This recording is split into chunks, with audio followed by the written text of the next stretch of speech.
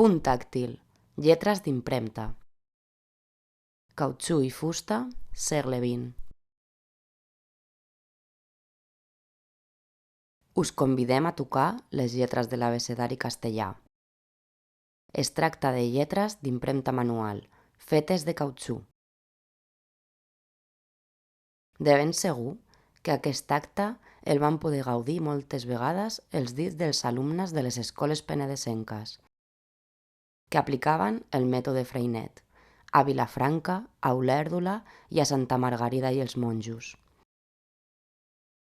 Aquesta pedagogia innovadora proposava l'aprenentatge actiu que traslladava l'aula a l'aire lliure, perquè nens i nenes reconeguessin el seu entorn natural, social, rural.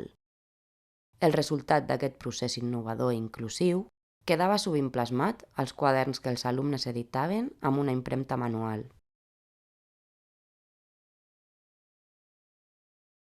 Entre els objectes que il·lustren el relat de la vitrina Segona República i Guerra Civil, trobem 3 exemplars d'aquests quaderns de l'Escola de Vilafranca del Penedès.